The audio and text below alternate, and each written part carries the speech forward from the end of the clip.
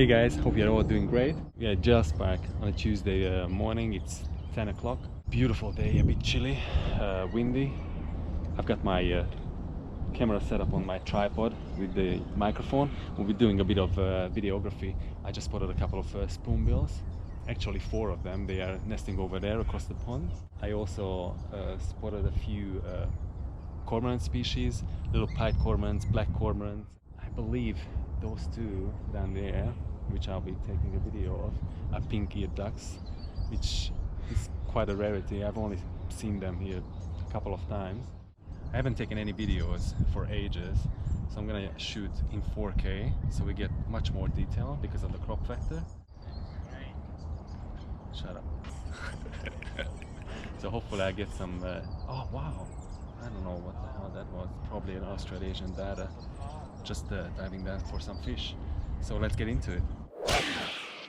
Hey guys, we're gonna talk a little bit about the birds that I photographed at Jells Park. Most of the information that I've got for the description of these upcoming species are from birdsinbackyards.net and birdlife.org.au. I collected basic information from these 2 sources, and let's jump into the description of the animals that I managed to capture. The first species was a royal spoonbill. I saw at least 3 or 4 of them, mainly hiding in their nests. You will see it in the video. It is a large white waterbird with black spatulate spoon-shaped bill.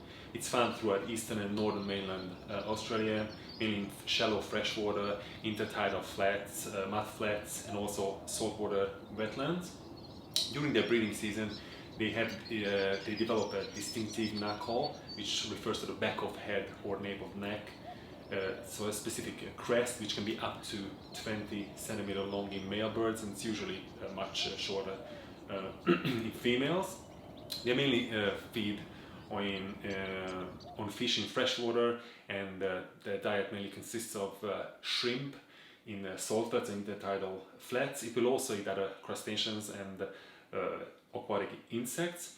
The interesting fact about the royal spoonbill is that it is actually an vulnerable species in Victoria. In this video you can see a few little pied cormorants. One of them was perched about 150 meters from me, just across the lake, and it was preening itself. It looked pretty cool. The little pied cormorant is one of the most common of Australia's waterbirds, occurring on water bodies of almost any size. It is entirely black above and white below, as you can see. The little pied cormorant is found throughout Australia. It's at home in either fresh or salt water, and is often seen in large flocks on open waterways and on the coast, especially where large numbers of fish are present. They feed on a wide variety of aquatic animals, from insects to fish.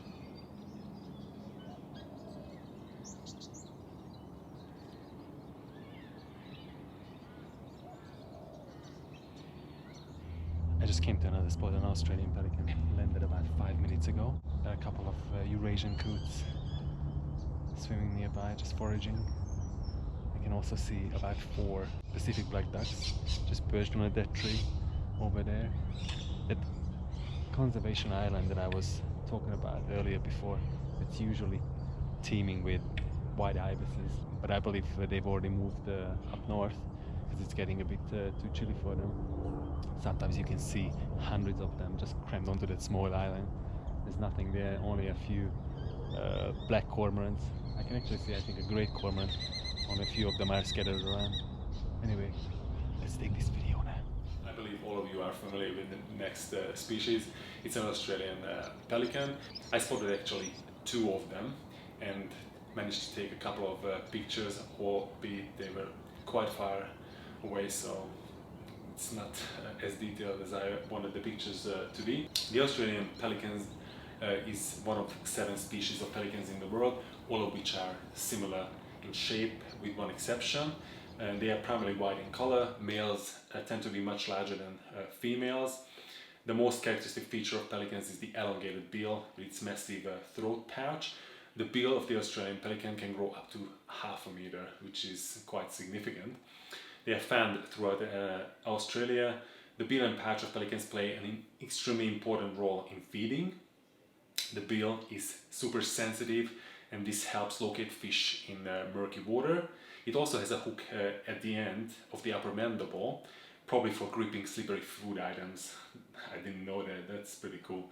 When food is caught, the pelican manipulates this organ in its bill until the prey typically has its head pointing down the pelican's throat. Wow, I really love this species. This Australasian bat was perched on a dead branch approximately 150 meters from me, so I couldn't really get a decent picture at 400 millimeters. It's just not sufficiently long enough. But the 4K footage got much more detail, which I'm really stoked about. Because of its long and slender neck, the Australasian darter is sometimes called the snake bird. Usually inhabiting freshwater wetlands, darters swim with their bodies submerged beneath the water surface, with only a sinuous neck protruding above the border, enhancing its serpentine qualities. The darters forage by diving to depths of about 60 centimeters and impaling fish with its sharp spear-like beak. These small fish are swallowed underwater, but larger ones are brought back to the surface where they are flicked off the bill and then swallowed head first. Wow, that would be cool to see one day. They are found throughout Australia in wetlands and sheltered coastal waters, mainly in the tropics and subtropics. I managed to capture for the first time a dusky moorhen while foraging. The dusky moorhen is a medium-sized dark grey black waterbird with a white undertail. It has a red bill with a yellow tip and a red facial shield. Young birds are much taller and browner than adults. It's found in wetlands, including swamps, rivers and artificial waterways. It prefers open water though, and water margin with reeds, rushes and water lilies, but may be found on grasses close to water such as parks, pastures and lawns. The dusky moorhen feeds in the water and on land on algae, water plants and grasses, as well as seeds, fruits, mollusks and other invertebrates. It will also eat carrion, dead animals and the droppings of other birds. Ugh. It doesn't dive when feeding. Wow, I thought that it did. That's something new.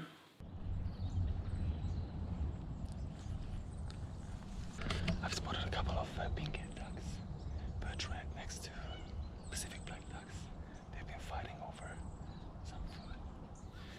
The pink-eared duck is excuse me, is found in timbered areas near water. Usually it prefers shallow temporary waters. However, open wetlands support extremely large flocks. I can't wait to go to the Western treatment plant where apparently they tend to congregate or flock in really large numbers. It is a highly dispersive and nomadic species. Pink-eared ducks usually feed in shallow warmish waters. The highly specialized bill is fringed with fine grooves that help them filter out the microscopic plants and animals which make up the bulk of its diet. That's pretty interesting as well. I really love the shape of the bill, which you will be able to see in pictures that I got. Let's have a look at the next species. In this next clip you can see at least a dozen of juvenile Australasian grapes as they were diving for small fish at the lake. This species is a small water bird and is found throughout Australia. Diet mainly consists of small fish and, as I said, water insects.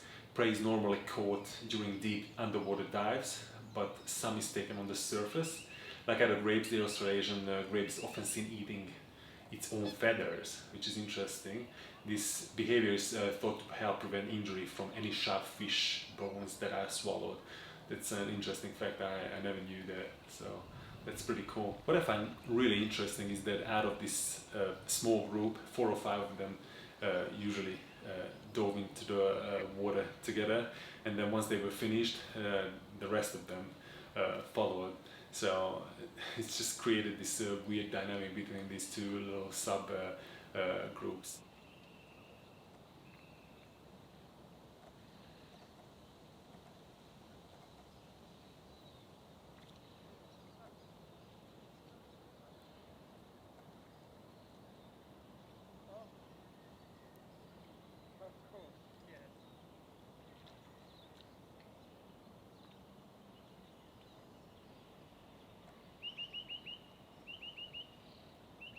Last species that I managed to capture a series of pictures of is a purple swamp hen. The purple swamp hen is a very large rail. It is mainly dusky black above with a broad dark blue color and dark blue to purple below. As the purple swamp hen walks, it flicks its tail up and down, revealing its white undertail. The bill is red and robust, and the legs and feet are orange-red. Purple swamp hens are common throughout eastern and northern Australia, and are found usually around freshwater swamps, streams and marshes. The diet includes the soft shoots of reeds and rushes and small animals such as frogs and snails. However, it is also a reputed egg stealer. Wow, and will also eat ducklings when it can catch them. The purple swamp hen uses its long toes to grasp food while eating. It also comes extremely handy when moving on top of floating vegetation and reeds. They are pretty good flyers and also pretty good swimmers, but they prefer walk along the edges of the water foraging. I think that's about it. Hope you guys enjoyed this little video. If you did, please subscribe and hit the like button. See you guys next time. Until then.